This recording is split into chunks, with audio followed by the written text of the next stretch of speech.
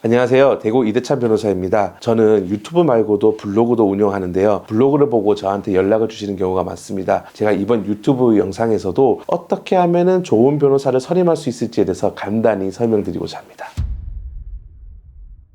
저는 좋은 변호사 구할 때 중요하게 생각하는 부분을 크게 4가지로 보고 있습니다. 먼저 상담을 직접 하는 변호사인지 여부입니다. 가끔 상담하시는 분들 중에 이런 분들이 있어요. 나 변호사 선임했는데 변호사 한 번도 못 만나봤어요. 변호사하고 연락이 안 돼요. 이렇게 하는 경우가 많은데요. 과거에 변호사가 매우 적었던 시절 같은 경우야 변호사가 워낙 바쁘니까 못 만나줄 수 있다고 하지만 최근 변호사가 2만 명을 넘어서 3만 명이 돼가는 시점에 굳이 변호사를 만나지 않고 그런 이야기를 할 필요가 있느냐라고 생각해 본다면 쉽게 이해가 되실 겁니다. 결국 법정에 나가서 나를 직접 대리할 사람은 변호사입니다. 훌륭한 사무장님도 계시고 훌륭한 법률사무소 직원들도 계시지만 결론적으로는 변호사가 어떤 생각을 가지고 이 사건을 어떻게 진행할 건지에 대해서 그 내용을 구체적으로 설명할 수 있어야 정말 변호사가 그 내용을 이해하고 사건을 진행한다고 보시면 될 것이기 때문입니다. 당장은 법률사무소 직원과 설명을 하였다고 하더라도 내가 변호사 선임을 할 때만은 이 변호사가 나와 생각이 맞는지에 대해서 한번 따져보는 게 좋지 않을까 생각합니다. 두 번째, 승소를 장담하는 변호사는 피해야 됩니다. 변호사도 결국은 영업을 하는 업종이기 때문에 당연히 사건을 수임하기 위해 많은 노력을 합니다. 하지만 사건을 함에 있어서 여러 가지 변수가 있을 수 있기 때문에 변호사가 어떤 사건에 대해서 반드시 이긴다고 말하는 것은 솔직히 거짓말이라고 보면 됩니다. 다만 의뢰인이 가져온 사건에 대해서 승소 가능성이 높다 또는 징역 가능성이 낮다 이렇게 말씀드릴 수 있지만 그것을 가지고 100% 내가 그렇게 할 수 있다고 말씀드리는 부분은 거짓말이라고 보시면 될 것 같습니다. 가끔 의뢰인분들 중에 이런 분들도 계시긴 합니다. 변호사님이 확신을 주셨으면 좋겠습니다 라고 물어보시는 분들이 많은데요. 저는 그때 항상 이렇게 말씀드립니다. 확신을 주는 것 자체가 거짓말이다.